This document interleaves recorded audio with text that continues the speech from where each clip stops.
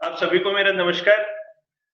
आज के इस वेबिनार में हम ट्राई के द्वारा जो विभिन्न उपभोक्ता से संबंधित जागरूकता के कार्यक्रम संचालित किए जा रहे हैं, उनके संबंध में हम चर्चा करेंगे। और इस चर्चा में हमारे साथ भाग ले रहे हैं, हमें मार्गदर्शन करेंगे Bhavna ji Sharma, advisor TRAI regional office Jaipur, Shriman Manish जी सक्सेना और श्रीमान मनीष जी लोढ़ा। आज की ये चर्चा विभिन्न ट्राई से संबंधित जो विभिन्न विषयों पर आधारित है, और मैं ना किसी ज्यादा औपचारिकता के मैं आमंत्रित करना चाहूंगा मैडम भावना जी शर्मा को। प्लीज आप मार्गदर्शन करें मैडम भावना जी शर्मा। नमस्कार। यह हमारे लिए भी टीआरएआई में हम लोग उपस्थित जो रीजनल ऑफिस जयपुर के अधिकारी हैं, उनके लिए भी ये एक अत्यंत हर्ष का विषय है कि हम इस वेबिनार में पार्ट ले पा रहे हैं। और अभी आजकल हम सब एक बहुत कठिनाई से और बहुत एक मुश्किल समय से गुजर रहे हैं, क्योंकि लॉकडाउन हो रखा है और हम लोग को सभी को कोरोना से अपने आप को बचाने की आवश्यकता है।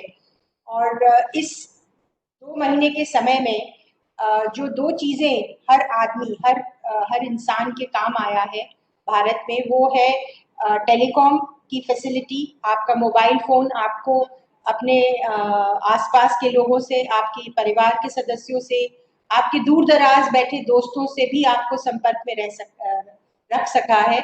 और दूसरा है हमारा क्षेत्र जो टीआरएआई दूसरा क्षेत्र रेगुलेट करता है, इंफॉर्मेशन एंड ब्रॉडकास्टिंग का, जिसके द्वारा आप लॉकडाउन में भी आपने पुनः बहुत कुछ अपने टीवी पे देखा। रामायण और महाभारत का पुनः प्रसारण हुआ, उसकी वजह से उतना शायद हम लोग को बोरिंग वो टाइम नहीं लगा जो अदरवाइज लगता अगर हम घर में बैठे सिर्फ और कुछ करने को नहीं होता। तो ये टीआरएआई के लिए भी बहुत गर्व का विषय है कि हम ऐसे 2 क्षेत्रों में रेगुलेशन लाते हैं या उन 2 क्षेत्रों को रेगुलेट करते हैं जो इस पैंडेमिक के टाइम पे भी बहुत ही महत्वपूर्ण भूमिका अदा कर रही हैं। और इस चैनल के थ्रू मैं सभी लोगों का वो धन्यवाद करना चाहूँगी जो इन 2 फील्ड से जुड़े हुए हैं और जिन्होंने एक आम आदमी को और एक हर छोटे से छोटे इंसान को इस टाइम पे एंटरटेन भी रखा है और कनेक्टेड भी रखा है। जी डेफिनेटली मैडम, आपने बिल्कुल सही मार्गदर्शन करा। और इस समय का जो कठिन समय है, इस कठिन समय में लोगों को जोड़े रखने वाला एक दूरसंचार विभाग ही है जो सबको दूरियां, फिजिकल दूरियां होते हुए भी नजदीक बनाए रखा और सभी लोगों को जोड़े रखा। इस टेक्नोलॉजी से निश्चित रूप से लोगों को फायदा हुआ, निश्चित रूप से एक दूसरे से जुड़े रहे, किंतु इसके बहुत सारे दूसरे पक्ष भी हैं जो अभी हमने इससे पहले एक झूठी और भ्रामक खबरों के संबंध में एक वेबिनार करी थी, और उस समय बहुत सारी बातें सामने आई कि लोग इस टेक्नोलॉजी का दुरुपयोग भी कर रहे हैं। ऐसे दुरुपयोग के कौन कौन से पक्ष हो सकते हैं, जरा हम चाहेंगे कि आप उन पर भी प्रकाश डालें। ये पेपर हम लोग अखबार जब पढ़ते हैं तो हमें भी जानकारी में आता है कि इस समय भी जो फ्रॉडस्टर्स हैं या जो लोग आपको हानि पहुंचाना चाहते हैं, वो इस समय का भी उपयोग करके आपको कुछ कर सकते हैं। इस विषय में हमने टीआरएआई ने एक और जैसे हम अभी इस प्लेटफॉर्म से कनेक्टेड हैं, ऐसे भी बहुत सारे ऑनलाइन प्लेटफॉर्म्स हैं जिसके थ्रू बहुत सारे लोग एक दूसरे से बात कर रहे हैं या मीटिंग्स कर रहे हैं। और उसमें हम लोगों के पास कुछ शिकायतें आई थी कि कुछ लोगों के बहुत ज्यादा बिल चार्ज हो गया या बहुत ज्यादा अमाउंट डिडक्ट हो गया। तो टीआरएआई ने एक एडवाइजरी भी जारी की है कि आप लोग जो भी इस टाइप की मीटिंग से या इस टाइप के किसी भी प्लेटफॉर्म से जुड़ता है तो वो अपने एक बार उसके रेंटल और उसके टैरिफ को ध्यान में रख के करे, ताकि बाद में कंप्लेन करने का मौका नहीं मिले। और दूसरी तरफ ये भी है प्रॉब्लम कि आपसे कोई आपका ओटीपी या सिम क्लोन करने के मामले भी अखबार में पढ़े गए हैं। तो इस बारे में हम हमेशा जो हमारे कंज्यूमर आउटरीच प्रोग्राम होते हैं टीआरएआई द्वारा, आजकल हम नहीं कर पा रहे। ये हमारा पहला अटेम्प्ट है कि हम इस तरह वेबिनार के थ्रू आप लोगों से बात कर सके, और आप लोगों को अगर कोई सवाल है तो वो आप हमसे पूछ सके, और अगर आपको आगे कोई कठिनाई आए तो आप हमसे संपर्क कर सकते हैं। हमारा ईमेल आईडी TRAI-Jaipur@gmail.com है। तो अगर आपको कभी कोई कठिनाई हो या कोई सवाल ऐसा हो जिसका आप जवाब चाहते हो तो आप हमें इस ईमेल आईडी पे संपर्क कर सकते हैं। उसके अलावा मैं ये कहना चाहूंगी कि जो फ्रॉड होते हैं, जो मोबाइल से संबंधित फ्रॉड है या जो आपके बैंकिंग से संबंधित फ्रॉड है, जो कि मोबाइल की बैंकिंग के द्वारा होते हैं, उसमें आपका सबसे बड़ा दायित्व ये है कि आप अपना पिन कभी किसी के साथ शेयर ना करें, आप अपना OTP कभी किसी के साथ शेयर ना करें। अगर ये आप बेसिक जो 2-3 चीजें हैं, अगर आप उनका पालन करेंगे तो आप जरूर फ्रॉड से बच सकते हैं। एक और पक्ष है फ्रॉड का जो कि हमारी नोटिस में जयपुर में कई बार आया है, और इस पे भी हम बार-बार हर COP में, हर अपने कार्यक्रम में बार-बार लोगों को एजुकेट करने की कोशिश करते हैं। वो है मोबाइल टावर फ्रॉड। राजस्थान में अभी मुझे नहीं पता, क्योंकि इधर लॉकडाउन के बाद हम 3 हफ्ते से हमारा ऑफिस खुला है, अभी हमारे पास कोई ऐसी कंप्लेंट नहीं आई है, पर अदरवाइज हर हफ्ते 2 हफ्ते एक कंप्लेंट ऐसी जरूर आती है, जो एक सज्जन हमारे पास या कोई भी आदमी यहाँ हमारे पास आके कहता है कि हमें मोबाइल टावर लगाने के लिए हमसे 1 लाख या 2 लाख रुपए मांगे गए, और वो अनफॉर्चुनेटली लोग ऐसे हैं जो कि पैसा जमा भी कर देते हैं। तो मैं आपके माध्यम से ये कहना चाहूंगी लोगों को कि कोई भी मोबाइल टावर लगाने के लिए TRAI ने किसी एजेंसी को नहीं एंगेज कर रखा है, ना ही किसी TSP ने कर रखा है, और आप लोगों से अनुरोध है कि आप कृपया कभी कोई पैसा ना दें। अगर आपसे कोई इस बारे में संपर्क भी करता है तो आप हमको तुरंत ईमेल करें और हम उसके लिए आवश्यक कार्रवाई करेंगे। जी मैडम, बिल्कुल आपने सही फरमाया, और इस तरह की जागरूकता बहुत जरूरी है। एक और, चूंकि आजकल मोबाइल हमारे बातचीत तक ही सीमित नहीं रहा, हमारी जेब भी उससे जुड़ गई, हमारा धन भी उससे जुड़ गया है। और आपने बताया कि OTP क्लोन, ये OTP क्लोन किस तरह होता है और ये क्या है, थोड़ा सा आप इस पर प्रकाश डालेंगे मैडम? मैं चाहूंगी मिस्टर सक्सेना एक्सप्लेन कर दे, वो बेटर टेक्निकली बेटर एक्सप्लेन कर देंगे, तो मिस्टर सक्सेना एक्सप्लेन कर सकते हैं उसको। मिस्टर सक्सेना या मिस्टर लोढ़ा, दोनों में से कोई एक कर देंगे। नहीं, आपका सवाल क्या था DP Singh ji? OTP clone करने की जो बात है कि OTP क्लोन, जिससे कि लोग जो धन का लेन देन करते हैं मोबाइल के थ्रू, OTP क्लोन का मतलब ये होता है कि उसका यूं कहीं रेप्लिका हमारे पास आ जाए, तो OTP क्लोन नहीं होता। सिम की जरूर क्लोनिंग होती है। लोग सिम फ्रॉडस्टर्स क्या करते हैं, सिम की क्लोनिंग कर वो सिम अपने फोन पे डाल देते, तो जो OTP का रेसिपिएंट होता है उसकी बजाय वो फ्रॉडस्टर के पास OTP आ जाता है, तो सिम की क्लोनिंग होती है। OTP एक ऐसी चीज है जिससे हर ट्रांजैक्शन कंप्लीट होता है, तो वो OTP मतलब हमें मतलब बहुत सीक्रेट है, उससे किसी को बताना नहीं है। तो सिम क्लोनिंग के केसेस जरूर आए हैं कि मतलब कई बार क्या होता है कि मतलब मैसेजेस, आपका सिम क्लोन आता है तो मैसेजेस आपके फोन पे आने बंद हो जाते हैं और वो दूसरे फोन पे चले जाते हैं। तो बेसिकली हमें ये ध्यान रखना है कि हमारे पास कुछ समय से अगर मैसेज नहीं आ रहे हैं या कॉल नहीं आ रहे हैं, जो कि आपको अगर शक होता है कि कुछ गड़बड़ है, तो आप खुद अपने फोन को डायल करके एक बार चेक कर लें कि आप ही के यहाँ पर वो कॉल टर्मिनेट हो रहा है कि नहीं हो रहा है। अगर नहीं हो रहा है तो इमीडिएटली आपकी टेलीफोन कंपनी पे जाकर आपका सिम को डीएक्टिवेट कराकर नया सिम लें।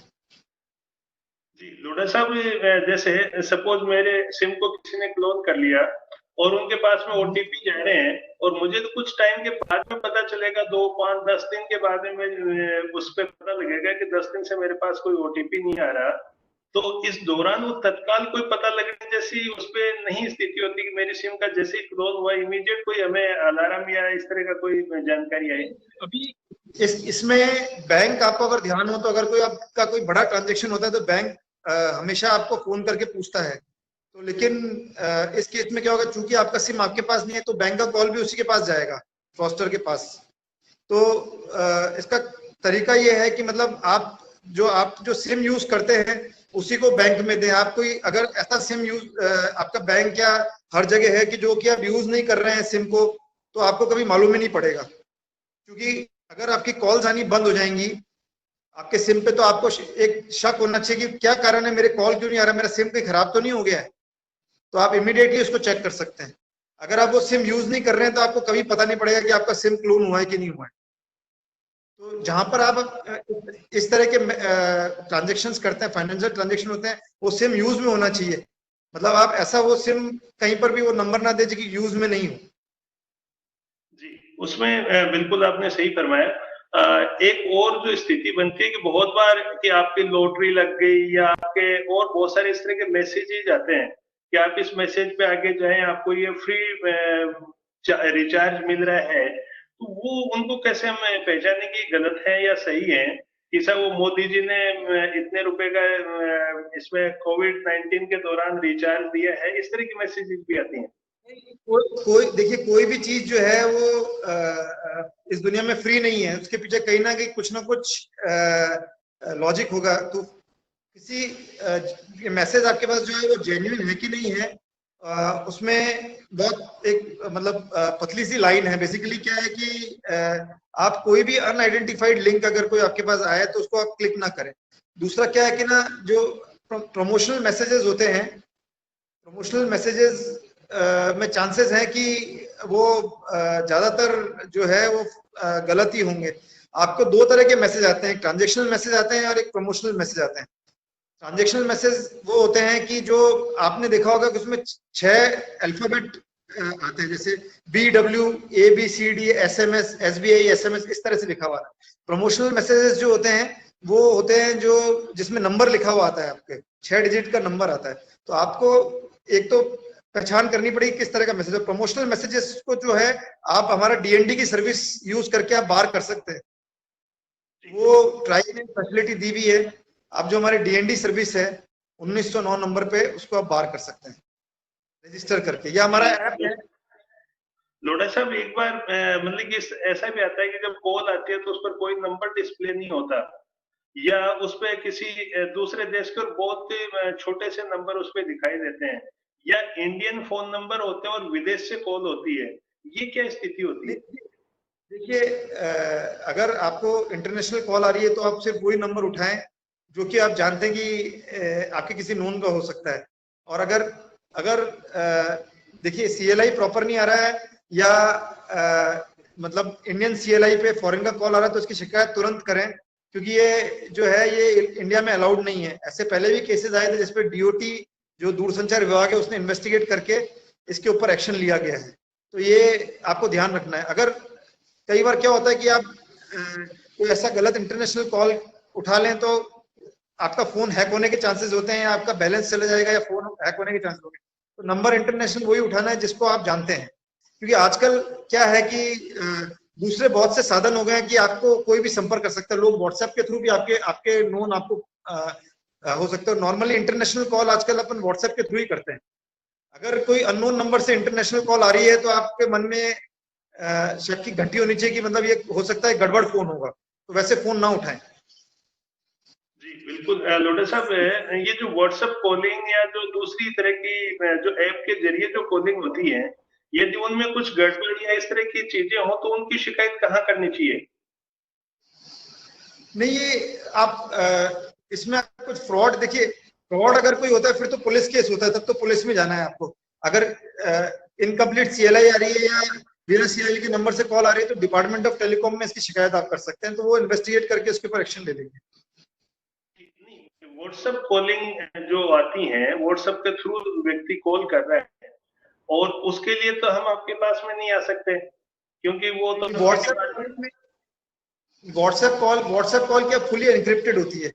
और जो अगर व्हाट्सएप फ्रॉड होता है तो वो उसका प्रोसीजर ये है कि आप मतलब थ्रू साइबर, ये एक तरह के साइबर क्राइम जो भी हैं वो साइबर क्राइम सेल्स के थ्रू ही आप कर सकते हैं।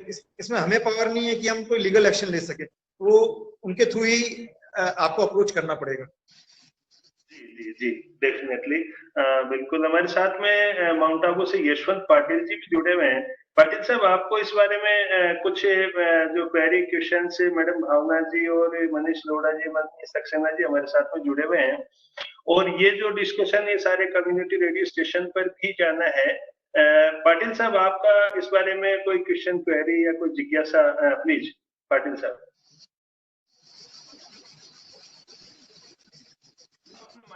माइक को हाँ जी, अब बोलिए। आवाज आ रही है ना? हाँ जी, हाँ जी, आ रही है आवाज। ओके। भावना शर्मा जी, मनीष लोढ़ा जी और जितने भी साथी इसमें जुड़े हुए हैं, सबको नमस्कार, गुड इवनिंग। और आप सभी भी अपने कोविड के महामारी में सब अपना सेफ हैं, ये सब ध्यान में रखते हुए एक सवाल पूछ रहे हैं कि जैसे कोई कॉल्स बार बार करते हैं तो कहीं थ्रेटनिंग कॉल आते हैं या कुछ ऐसे बार बार कोई कॉल आते हैं, तो उसको हम या तो ब्लॉक लिस्ट में डाल देते हैं, तो फिर वो किसी और नंबर से करते हैं, तो उसके लिए क्या प्रोसीजर है?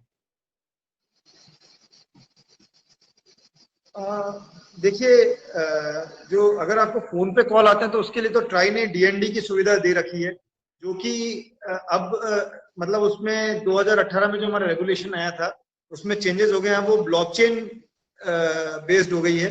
तो उसमें ऐसी शिकायतें आई थी कि पहले लोग अलग अलग नंबरों से कॉल करते हैं, तो अब इसमें जो टेलीकॉम ऑपरेटर है वो आइडेंटिफाई कर, मतलब इस टेक्नोलॉजी के थ्रू आइडेंटिफाई कर लेगा कि मतलब ये इसके ओरिजिनेशन कैसे है और उसको रोकने की पूरी कोशिश करेगा। लेकिन इसमें भी ये हम ये नहीं कह सकते कि मतलब पूरी तरीके से रुक जाएगी, पर अब जो नया रेगुलेशन में इसमें काफी हमने कोशिश की है कि मतलब ये मैनेज खत्म हो जाए। जी जी, हमारे साथ में अमित प्रकाश जी और आर्यन पीसी और अमित जी और लोग जुड़े हुए हैं। प्लीज आप में से कोई क्वेरी, क्वेश्चन हो अमित जी या आर्यन पीसी, जैसे आर्यन पीसी मेरे पास नाम आ रहा है, कोई आपकी क्वेश्चन, क्वेरी लोढ़ा साहब से और मैडम से कोई हो? मेरी आवाज जा रही है आप लोगों तक? तो आपका कोई क्वेश्चन या क्वेरी अगर इस संबंध में है? लोढ़ा साहब, मेरा एक प्रश्न आपसे और है कि हम जो बात करते हुए फोन करते हैं, बीच में कॉल ड्रॉप होती है, और उसके लिए पिछले दिनों अखबार में भी खूब आया था, आपने भी अपने प्रोग्राम्स में इस बारे में जानकारी दी थी, और उनको कि जो कॉल ड्रॉप होने वाली कंपनी पर कुछ पनिशमेंट की बात थी, पर वो कॉल ड्रॉप और उसकी शिकायतें भी करी, पर उसका कोई रिजल्ट कई बार नहीं आ पाता है, या उस बात को किसी और बहाने से टाल जाते हैं। इस बारे में हमें क्या करना चाहिए, कॉल ड्रॉप के लिए क्या करना चाहिए? इसमें एक्चुअली क्या है कि जो क्वालिटी ऑफ सर्विस है, कॉल ड्रॉप या कॉल क्वालिटी है, इसके ऊपर ट्राई का पूरा टीआरआई को पूरा फोकस है। हम लोग सिटीज में तो ड्राइव टेस्ट भी करते हैं या सारे ऑपरेटर्स की ऑडिट्स होती है, उनसे हम रिपोर्ट भी मंगाते हैं, और अगर नॉर्मली कोई प्रॉब्लम होती है या कोई अगर वो हमारे जो बेंचमार्क मीट नहीं करते उन पर पेनल्टी भी लगती है। लेकिन अभी क्या है कि इसके लिए एक हम बिल्डिंग्स, नॉर्मली क्या इंडोर में भी ये कॉल ड्रॉप्स की आती है, सिग्नल्स कई जगह प्रॉपर नहीं होते हैं, तो हमारा प्रोसीजर तो चलता रहता है, लेकिन अभी हम बिल्डिंग्स में भी क्वालिटी ऑफ सर्विस सुधारने के ऊपर भी काम कर रहे हैं। लेकिन इसके लिए हमने एक ऐप भी बनाया है, एक हमारा ऐप है, उस ऐप के भी मतलब कस्टमर अपना फीडबैक दे सकता है, मतलब कि कॉल क्वालिटी क्या है, और ऑपरेटर्स के ऊपर जो फाइनेंशियल पेनल्टी लगाने का था वो तो आपको ध्यान होगा पहले सुप्रीम कोर्ट ने मना कर दिया, तो वो तो पॉसिबल हुआ नहीं। लेकिन दूसरे तरीके से, जैसे अभी हमने हमारा जो कॉल ड्रॉप मेजर करने का तरीका है वो भी चेंज कर दिया है। पहले हम लोग टोटल नंबर ऑफ कॉल्स पे लगाते थे कि भाई 100 कॉल हो, इसमें से 2% कॉल अगर फेल हो जाती है, 2% ज्यादा फेल होती है तो पेनल्टी लगेगी। तो उसमें क्या होता था कि हजारों लाखों कॉल में कुछ कॉल फेल होती थी, सब ऑपरेटर्स उसको मीट कर जाते थे, तो पेनल्टी किसी के ऊपर लगती नहीं थी। अब उसका हमने तरीका चेंज कर दिया है।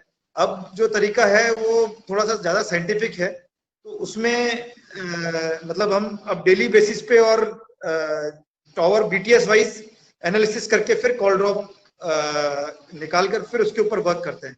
और ऑपरेटर्स के ऊपर तो मतलब उनको हर क्वार्टर में हमें रिपोर्ट देनी पड़ती है कॉल ड्रॉप की, तो हम लोग कोशिश कर रहे हैं मतलब उसको किसी तरह से कम करा जाए। लेकिन अब क्या हो गया कि चूंकि कॉल रेट्स इतने सस्ते हो गए हैं और करीब करीब फ्री जैसे हो गए हैं, तो लोगों की कंप्लेंट आनी बंद हो गई कॉल ड्रॉप्स की। तो लोग आजकल बॉदर नहीं करते हैं, कॉल ड्रॉप हो जाए तो वापस कॉल कर लेते हैं। तो जो पहले कॉल ड्रॉप की कंप्लेंट आती थी, वो एकदम से हमारे पास कॉल ड्रॉप की जो कंप्लेंट्स एकदम कम हो गई। बिल्कुल, डेफिनेटली आप सही कह रहे हैं कि रेट्स कम होने के कारण लोग उस पे कम केयरिंग हो गए कि क्या फर्क पड़ता है, दोबारा कर लेते हैं। या जैसे महीने का अनलिमिटेड प्लान ले लिया तो फिर उसमें कितनी बार कॉल ड्रॉप हो, कोई उस पर ज्यादा फर्क अनुभव नहीं करते। फीडबैक भी लोगों का कम हो गया है, लोगों की कंप्लेंट कम हो गई है, क्योंकि रेट्स बहुत कम हो चुकी हैं। जी बिल्कुल।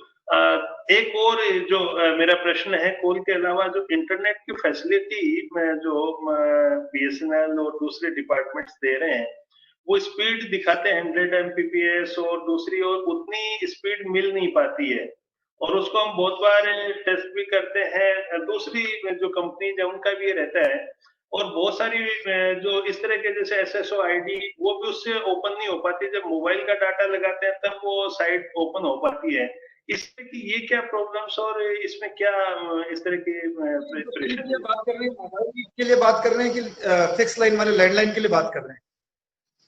जैसे हमने एफटीटीएच कनेक्शन लिया हुआ है और उसमें भी ये प्रॉब्लम रहती है, उससे बहुत सारी साइट्स खुलती नहीं है, और फिर उसी जैसे हम एसएसओ आईडी का भी अगर साइट खोलते हैं तो एफटीटीएच की 100 Mbps की साइट का वो स्पीड का हमने कनेक्शन या ये कोई साइट नहीं खुलना होता, ये ऑपरेटर रिलेटेड प्रॉब्लम होती है। जैसे हो सकता है कि आपको आपके मोबाइल से, जियो के मोबाइल से साइट खुल जाएगी या बीएसएनएल के मोबाइल से साइट खुल जाएगी, और लैंडलाइन से आप खोलने जाएंगे तो नहीं खुलेगी। ये ऑपरेटर का इंटरनल प्रॉब्लम है, तो इसमें आपको ऑपरेटर को अप्रोच करके इसको सॉल्व कराना पड़ता है, क्योंकि कई जो साइट्स होती हैं वो अपने सिस्टम में वो खोलते नहीं। क्योंकि मैं यहाँ से पहले बीएसएनएल में था, तो बीएसएनएल का ब्रॉडबैंड ही मैं देखता था, तो उसमें कई बार होता था कि मतलब मेरे ब्रॉडबैंड से जो साइट नहीं खुल रही है, मेरे मोबाइल से खुल रही है। तो उसको फिर हम लोग क्या है कि ना हमारे जो बीएसएनएल के जो गेटवेज हैं वहां से वो साइट ओपन करवाते थे। तो कभी ऐसा कोई प्रॉब्लम आए तो आप मेरे को बता दें, मैं बीएसएनएल में बात करके चालू करवा दूंगा उनको साइट्स को, कोई ऐसा इश्यू नहीं है। जी जी जी जी जी। बिल्कुल बिल्कुल। इसके अलावा एक और जो मेरे समझ जितने टेलीविजन के जो प्रोग्राम आते हैं वो भी आप ही के डिपार्टमेंट के अधीन आते हैं, उसमें लोगों को क्या क्या सावधानी रखनी चाहिए? बहुत बार बहुत सारी ये कह देते हैं कि ये चैनल फ्री है, उसके बाद भी वो चैनल नहीं आ पाते हैं। उस बारे में आपके डिपार्टमेंट कई कार्रवाई करता है, आपसे संबंधित है, या उसमें किस तरह की थोड़ी सी जानकारी चाहिए? मैं आपको कुछ बताना चाहूंगा सिंह साहब, है ना। जी, जी, जैसा कि आपको मालूम है, ये ट्राई जो है बीएनसीएस सेक्टर को भी ट्राई ही रेगुलेट करता है, और 2018 दिसंबर से पहले एक थोड़ा सा अनऑर्गेनाइज सेक्टर था, ये वाला अनरेगुलेटेड सेक्टर था। और उसके बाद जो हमने टैरिफ ऑर्डर इशू किया, उसके बाद पूरी कमान एक तरीके से कस्टमर के हाथ में है। कस्टमर चाहे जो अपना चैनल चुन सकता है, और मतलब उसको उतने ही पैसे देने हैं जितने कि चैनल उसने चूज किए हैं। और एक जो ट्राई ने इसमें सबसे पहला शुरुआत की थी वो ये था कि एक बेसिक जो आपका एनसीएफ लागू किया कि आप 130 रुपये देंगे तो आपको 100 चैनल दिखाई दिए जाएंगे। 100 चैनल में आप फ्री टू एयर चैनल भी हो सकते हैं और पे चैनल भी हो सकते हैं। और ये पहली बार हेलो हेलो जी सर। ये पहली बार ऐसा हुआ कि जो है ब्रॉडकास्टर्स को ये बताने के लिए सुनिश्चित किया गया कि वो ये बताएं कि उनका कौन सा चैनल पे चैनल है, कौन सा चैनल फ्री चैनल है। तो जो वो 100 चैनल वो देगा, जो भी आपका डिस्ट्रीब्यूटर है जो 100 चैनल आपको दे रहा है, वो चाहे केबल ऑपरेटर हो या जो आपका डीटीएच ऑपरेटर हो, वो आपको 100 चैनल में आप उससे फ्री टू एयर चैनल भी ले सकते थे और आपके पे चैनल भी ले सकते थे। उसके लिए आपको 130 रुपये देने पड़ेंगे, प्लस अगर पे चैनल आपने लिया है तो पे चैनल की जो भी रेट होगी वो देनी होगी। अब जो हमने इस बारे में कुछ कस्टमर से फीडबैक मिले कि ये काफ़ी कम है, ये मतलब 100 चैनल की संख्या, और इसमें 25 चैनल जो थे दूरदर्शन के भी मैंडेटरी शामिल हुए थे। तो उसके बाद कुछ कंसल्टेशंस के बाद ट्राई ने अपना एक नया रेगुलेशन बनाया, एनटीओ जिसको हम बोल रहे हैं 2.0, मतलब न्यू टैरिफ ऑर्डर 2.0। उस ऑर्डर के तहत हेलो हेलो आवाज आ रही है सक्सेना साहब, आपकी आवाज आ रही है, बिल्कुल। अच्छा, तो उस ऑर्डर के तहत ये अब 100 चैनल को बढ़ा के, की जो लिमिट थी उसको बढ़ा के 200 चैनल कर दिया गया। और उसके बाद एक और जो उसमें एडिशन किया गया वो ये है कि जो अब आप कितने भी चैनल आप अगर लेना चाहें ले सकते हैं, और उसके लिए मैक्सिमम जो एनसीएफ है, जो पहले फिक्स 130 रुपये था और उसके बाद 20 रुपए पर 25 चैनल के हिसाब से बढ़ता था, उसको भी एक तरीके से लिमिट कैप कर दिया गया, वो 160 रुपये से ज़्यादा आपको नहीं देने होंगे। अब परंतु कुछ मतलब इसमें जो ये अभी NTO 2.0 लागू किया गया उसमें कुछ अभी कुछ लोग कोर्ट में गए हुए हैं, तो अभी पूरी तरीके से ये लागू नहीं हो पाया है। पर जो ये एक पार्ट था कि ये जो हम 200 चैनल देख पाएंगे, वो कुछ मोस्टली जो भी बड़े केबल ऑपरेटर्स हैं उन्होंने ये काम कर दिया है और अब पूरी तरीके से ये हो गया। अच्छा, दूसरी बात, पहले ये था कि एक जो चैनल आप देखते थे उसकी जो बुके में कोई चैनल है तो उसकी मैक्सिमम MRP 19 रुपए की गई थी, जो अब ये घटाकर 12 रुपए कर दी गई है। तो इस प्रकार जो है कस्टमर को काफी फ्लेक्सिबिलिटी मिल गई है अब, और अब वो जो देखना चाहे वो चैनल वो देख सकता है और उसको केवल उतना ही पैसा देना होगा। और जो ट्रांसपेरेंसी की बात है तो आपको हर चैनल की रेट आपके जो इलेक्ट्रॉनिक प्रोग्राम गाइड जो टीवी पे दिखाई जाती है उसके ऊपर वो हर चैनल की रेट डिस्प्ले करनी जरूरी है। और वो सभी बेसिकली सभी डिस्ट्रीब्यूटर जो कि केबल ऑपरेटर हैं या MSO हैं या DTH है, वो सबके लिए यूनिफॉर्म है। मतलब अगर कोई चैनल सोनी का जैसे सपोज करें चैनल 12 रुपए का है तो वो सभी प्लेटफॉर्म पे 12 रुपए का ही होगा। जी सक्सेना साहब, आपने बिल्कुल सही जानकारी दी। हमारे साथ लखनऊ से डॉक्टर नेहा जैन भी जुड़े हुए हैं। नेहा जी, मैं आपके माइक को अनम्यूट कर रहा हूँ। प्लीज, आपको इस बारे में कोई जानकारी पूछनी हो, डॉक्टर नेहा जैन लखनऊ से हैं। सर नमस्कार सभी को। और सबसे अच्छा सर, मैं मेरा थोड़ा सा ये जानना चाह रही थी, जैसे आज भी मैं देखती हूँ कि BSNL बहुत लंबे समय तक अच्छा काम किया, लेकिन क्या कारण है कि ये कंपनी का जो देख रहे हैं कि बंद होने के उसमें है, या हमारी एक जो हम आज बात कर रहे हैं, हमारे नरेंद्र मोदी जी भी कहते हैं, माननीय प्रधानमंत्री की लोकल लोकल, तो हमें इसको भी कहीं ना कहीं अच्छी कनेक्टिविटी, ब्रॉडबैंड सर्विस सब बढ़ानी चाहिए थी कि आज ये जो एक इसकी डाउन स्थिति हो रही है वो थोड़ी सी चिंताजनक है। सर, इसमें हम क्या प्रयास कर सकते हैं कि BSNL भी बहुत अच्छा, उसका नाम ही हमें एक गर्व महसूस कराता है, भारत संचार निगम लिमिटेड। तो कुछ ऐसा प्लान हमें करना चाहिए कि हर उपभोक्ता की पसंद BSNL बने। जी मैडम भावना शर्मा जी, प्लीज आप इस बारे में गाइड करें। नहीं, नमस्कार नेहा जी, आपका सवाल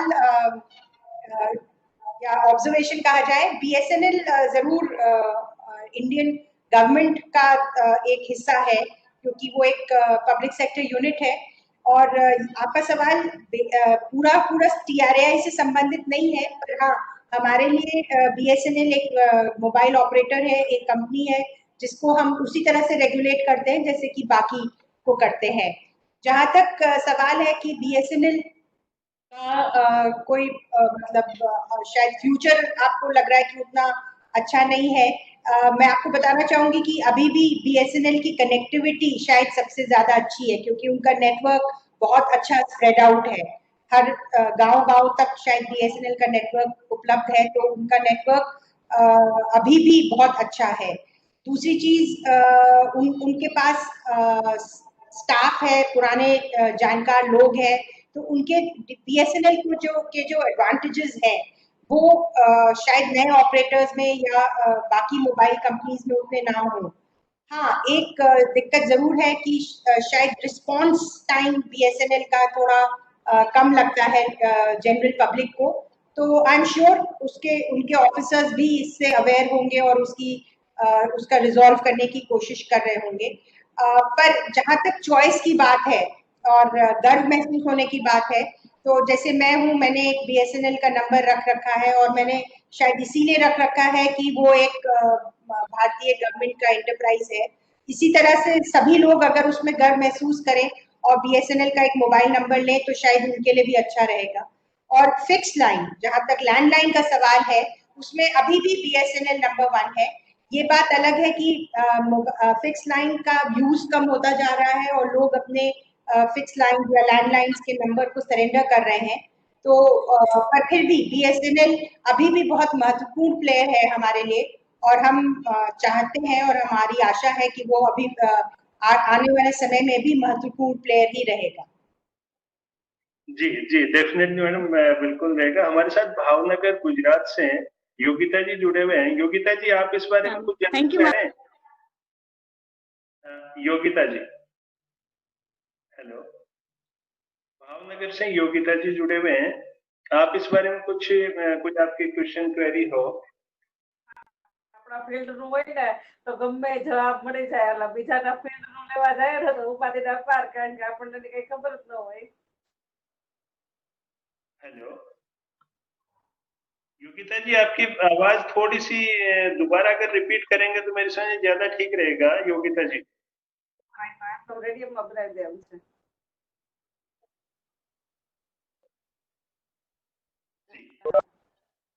हेलो, હા હા आपकी आवाज से डिस्टर्ब है। मैं वापस आना चाह रहा हूँ। रवि, जो ब्रह्मा कुमारी मधुबन रेडियो से जुड़े हुए हैं, रवि, आपसे जानना चाह रहा हूँ, कोई आपको इस बारे में कुछ जानना है? ट्राई से संबंधित कोई आपका क्वेश्चन है रवि? આપી हेलो, તો એસટી બસ છૂટ આપી સર. નહીં હશે જ ને. હવે ઝોન ને કરે. हाँ, रवि, आपको कुछ पूछना है? नहीं सर, कुछ नहीं। जी जी, मैं वापस यशवंत भाई की तरफ आ रहा हूँ। यशवंत जी, आप इस फील्ड के टेक्निकल एक्सपर्ट हैं और बहुत बार और भी बहुत सारी इस तरह की चीजें आप अलग अलग मुद्दों पर और इनके टैरिफ प्लान और इस पर चर्चा करते रहते हैं। कोई विशेष आपका इस तरह का प्रश्न जो इस समय पूछा जाना जरूरी समझ रहे हैं यशवंत भाई? यस, मेरा एक सवाल है जो ये हर एक को काम आएगा कि मोबाइल टावर से हेल्थ के ऊपर फर्क पड़ता है या हेल्थ खराब होती है, तो उसके बारे में आप थोड़ा सा बताएंगे, भावना जी बताएंगे तो और अच्छा रहेगा। Thank you. मोबाइल टावर के द्वारा रेडिएशन होता है या नहीं, ये एक्चुअली सब्जेक्ट मैटर डीओटी दूरसंचार विभाग के जो टर्म सेल्स है उनका है, पर हमारा ये मानना है कि रेडिएशन नहीं होता है और अगर टावर नहीं लगेगा तो मोबाइल की आपका कवरेज, आपकी कनेक्टिविटी नहीं हो पाएगी। तो टावर लगाना भी जरूरी है और हमारी टीआरएआई ने भी ये रेकमेंड कर रखा है और दूरसंचार विभाग ने भी ये कह रखा है कि एक टावर शेयर हो। हम लोग शेयरिंग ऑफ इंफ्रास्ट्रक्चर में बिलीव करते हैं ताकि पैसा सबका कम लगे और जगह जगह बजाय लगाने के आप एक टावर पे 3-4 टीएसपी, 3-4 मोबाइल कंपनीज उसको शेयर कर ले तो उससे फायदा सभी को होगा और आसपास की जितने भी जनता है या जितने भी नागरिक हैं उनको कनेक्टिविटी मिल पाएगी। पर हाँ, ये बात मैं क्लैरिफाई करना चाहूंगी कि टीआरएआई का सब्जेक्ट मैटर नहीं है। टीआरएआई एक टीआरएआई एक्ट है गवर्नमेंट ऑफ इंडिया, उसके हिसाब से काम करता है। उसमें मोबाइल टावर रेडिएशन हमारा मुद्दा नहीं है, हमारा सब्जेक्ट नहीं है, पर डीओटी का टर्म सेल जरूर है। और जैसे मैंने पहले बताया था कि टावर फ्रॉड्स में जरूर हम लोगों का नाम लिया जा रहा है, टीआरएआई के द्वारा इशू चिट्ठियां भी दिखाई जाती हैं हमको, तो उसके बारे में मैं अगेन रीएम्फसाइज करना चाहूंगी कि उस फ्रॉड में ना पड़े और केयरफुल रहें। और मोबाइल टावर लगाने के लिए आपसे अगर कोई संपर्क करता है तो कृपया करके हमसे जरूर कांटेक्ट करें ताकि हम आपका मार्गदर्शन कर सकें कि वो ठीक है या गलत है। 99% केसेस में वो कंपनीज गलत हैं, वो लोग गलत हैं, वो आपसे पैसा लेंगे और भाग जाएंगे। जी, हमारे साथ में मेरठ से डॉक्टर संतोष शर्मा जी जुड़े हुए हैं। संतोष जी, आपको कोई इस बारे में जानकारी देनी है? Doctor Santosh Sharma. Hello sir, good evening sir. जी, गुड इवनिंग। आपकी आवाज आ रही है, पूछिएगा। जी, हेलो, आपकी आवाज आ रही है Santosh ji, good evening sir, I am here. जी, अपना सवाल पूछिए। हेलो, और कोई है शायद बात ओके करना सर। चाहते हैं? Sir, कोई मैडम बात I करना need, चाहते हैं? I need to ask the questions because it is really appreciable that you have discussed so much many points about this, and it is everything is clear. But I am happy to see you after a long time. I'm really happy to see you on this screen. Thank you, sir. जी हाँ, Hello. जी यशवंत भाई जी, आप कुछ बोल रहे हैं? नहीं, ये अभी जो बोला वो कुछ बोलना चाहते थे तो उन्होंने बोल दिया, मैंने ये बोला जी था। जी लेकिन भावना जी को थैंक्स, उन्होंने बहुत अच्छी तरह से क्लेरिफाई किया। Thank you. मैं मैडम से एक बार पुनः आग्रह करूंगा, एक कंक्लूडिंग आप मैसेज आज की इस वेबिनार के लिए हमारे श्रोताओं के लिए जो सभी रेडियो स्टेशन तक जाना है, मैं उसके लिए आग्रह करूंगा मैडम भावना जी से। जी मैडम। थैंक यू सिंह साहब। मैं एक चीज बार बार कहना चाहूंगी कि हम लोग जिस जनरेशन के हैं, हम लोग के नानी दादी बाबा इन लोगों ने हम लोग को एक कहावत सुनाई थी बचपन में, लालच बुरी बला है। तो आपने जो एक सवाल मिस्टर लोढ़ा से पूछा था कि अगर कोई गलत नंबर से फोन आता है या क्या कोई हमें प्राइस का लालच देता है कि हमें कुछ रिवॉर्ड मिल गया है या हमारे अकाउंट में इतने पैसे आ गए हैं, तो आप वो कहावत याद रखिए कि लालच बुरी बला है। आपको लालच करने की कोई जरूरत नहीं है। आपको खुद पता होना चाहिए कि आपके पास क्या वो पैसा आना है, क्या वो आपने ऐसा कुछ किया है जो कि आपको पैसा आना है। बिना बात के, बिना किसी रीजन के आपको कभी कोई कुछ नहीं देता। तो अगर आप वो एक प्रिकॉशन लेंगे तो आप हर तरह के फ्रॉड से बच सकते हैं।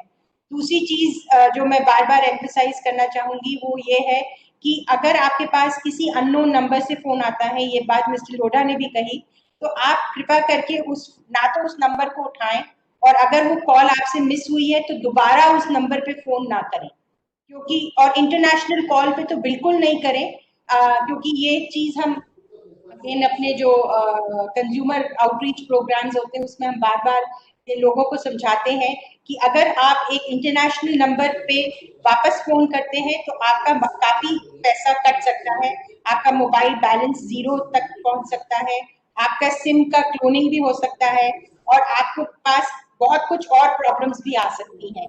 सिमिलरली अगर आपके पास कोई ईमेल आता है जिसमें आपके पास एक फॉर्म, वो कहते हैं कि ये आप फॉर्म भर दीजिए, और उसमें आपसे वो अकाउंट के नंबर या अकाउंट का डिटेल मांगते हैं, तो कृपया करके ऐसे ईमेल्स को इग्नोर करिए। अगर आपने ये ईमेल, आपको पता है कि आपको ये बिल्कुल आइडिया नहीं है ये आदमी आपको क्यों ईमेल कर रहा है और आपसे क्यों ये इंफॉर्मेशन मांग रहा है, तो अगर आप ये कॉशियस रहेंगे कि आपसे वही इंफॉर्मेशन शेयर करें या सिर्फ उसी से शेयर करें जिसका आपको पता है कि मुझे ये शेयर करना है या ये आवश्यक है, तो आप काफी सेफ रह पाएंगे। तो आप सबसे, जितने भी श्रोतागण हैं उनसे ये आग्रह है कि कृपया केयरफुल रहें, अपना अपना ध्यान रखें, और इन चीजों में तो कृपया करके बहुत ज्यादा ध्यान रखें ताकि आपका पैसा सुरक्षित रहे। आजकल के हालात जो हैं उसमें हमको अपना ध्यान इसलिए भी रखना है कि हम बीमार ना पड़े और सेफ रहे, और इस तरह से भी रखना है कि हमारा पैसा भी सेफ रहे, क्योंकि बहुत जरूरी है कि हम लोग हर तरीके से सेफ्टी का पैरामीटर अपनाएं और ठीक से रहें और अपना पैसा सुरक्षित रखें। जी मैडम, जी मैडम, थैंक यू। और उमेश जी कुछ एक मैसेज कर रहे हैं। उमेश जी, आपको कुछ पूछना है? उमेश जी, उमेश, आप कुछ पूछना चाह रहे हैं? आप मैसेज कर रहे थे।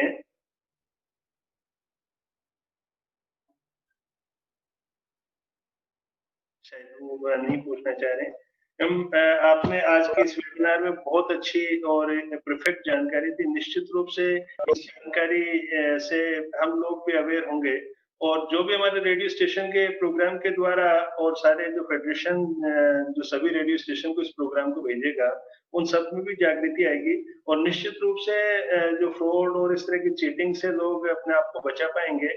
आपने अपना महत्वपूर्ण समय दिया, हमारे आग्रह को आपने स्वीकार करा, हम आपके बहुत बहुत आभारी हैं। धन्यवाद। जय हिंद, जय भारत। धन्यवाद। Thank you for having us. Thank you, thank you, thank you सभी को। Thank you, sir.